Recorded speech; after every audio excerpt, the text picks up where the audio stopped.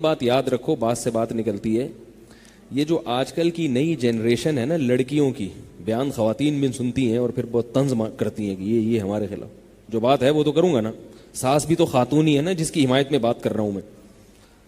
آج کل انہوں نے ساس سسر کی خدمت سے بالکل ہاتھ کھینچ لیا ہے، بالکل ہاتھ کھینچ. یہ بہت غلط ہے. یہ جو مسئلہ بیان کیا جاتا ہے کہ بہو پر ساس سسر کی خدمت واجب نہیں ہے، یہ مسئلہ اس طرح نہیں ہے. واجب نہیں ہونے کا مطلب یہ ہے کہ نکاح کا جو ایگریمنٹ ہے، معاہدہ ہے، وہ ایگریمنٹ میں یہ چیز نہیں ہوتی کہ ساس سسر کی خدمت بھی کرے گی. یعنی عورت پر لازم ہے کہ وہ شوہر کی خواہش کو پورا کرے، اس کے گھر سے باہر نہ نکلے، اس کو اولاد دے. یہ نکاح کا ایگریمنٹ ہے.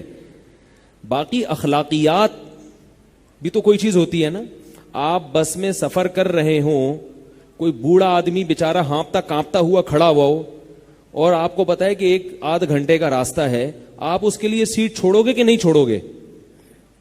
یا آپ بولو گے کہ سیٹ کے پیسے چونکہ 50 روپے 20 روپے میں نے دیے ہیں، چلو لمبا سفر ہے، پنڈی جا رہے ہیں آپ، اس میں تو آپ کنڈکٹر سے بولیں گے بھائی تو نے جب سیٹ نہیں تھی تو بوڑھے کو چڑھایا کیوں تو نے، اور ہم کیا پنڈی تک کھڑے ہو کر جائیں؟ وہاں تو بات سمجھ میں آتی ہے.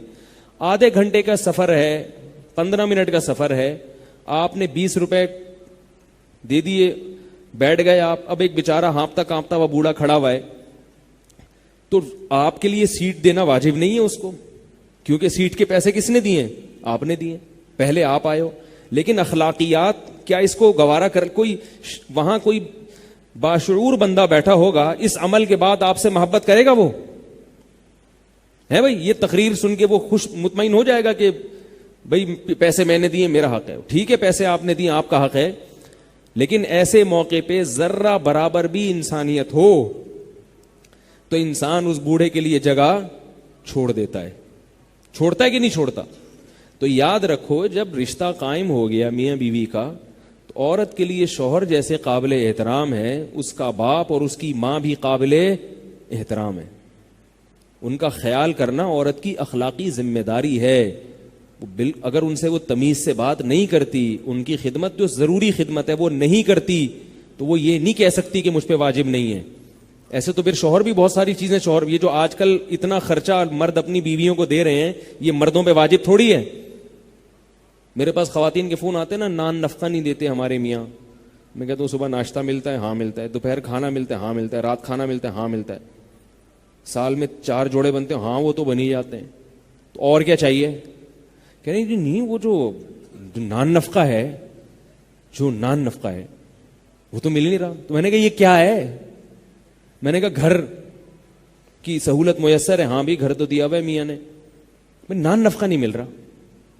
تو اسی طرح خواتین کہتی ہیں یہ نان نفقہ ہے، صبح ناشتہ بھی کرا دیا اور یہ بھی. تو اور کیا نان نفقہ ہے بھائی؟ ان کا نان نفقہ یہ ہے کہ ہر تقریب پہ نیا جوڑا، جب بھی کسی کی شادی ہوگی نئے کپڑے بنیں گے. پھر میکڈونلڈ، صحیح ہے نا، پھر 2 دریا پہ جانا ہے ہر ہفتے، یہ ساری چیزیں ملا ملو کے. پھر میرے سالہ آ رہا ہے، اس کی دعوت، پھر ساس آ رہی ہیں، پھر اس کی دعوت، پھر فلانا آ رہا ہے. پھر وہ ایک بیچارے پر نا، ایک اس کو نان نفقہ کہتے ہیں. باقی یہ کوئی نان نفقہ تھوڑی ہے، یہ تو ویسے ہی کھانا ہے بھائی، یہ تو ضرورت ہے.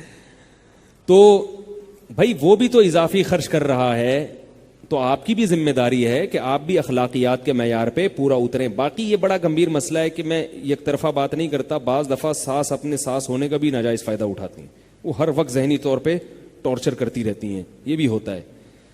سسر اتنا نہیں تنگ کرتے، ساسیں زیادہ تنگ کرتی ہیں. وہ ٹارچر ذہنی طور پر، وہ اپنی بیٹی نہیں سمجھ رہی اس کو. اس لیے علماء آج کل کہتے ہیں کہ بھائی بیوی کو الگ گھر پہلے لے کے دو اور شادی بعد میں کرو. حضرت مولانا اشرف علی تھانوی رحمہ اللہ نے اس پہ بہت تاکید کی ہے کہ بھائی پہلے الگ گھر کا انتظام کرو پھر شادی کرو.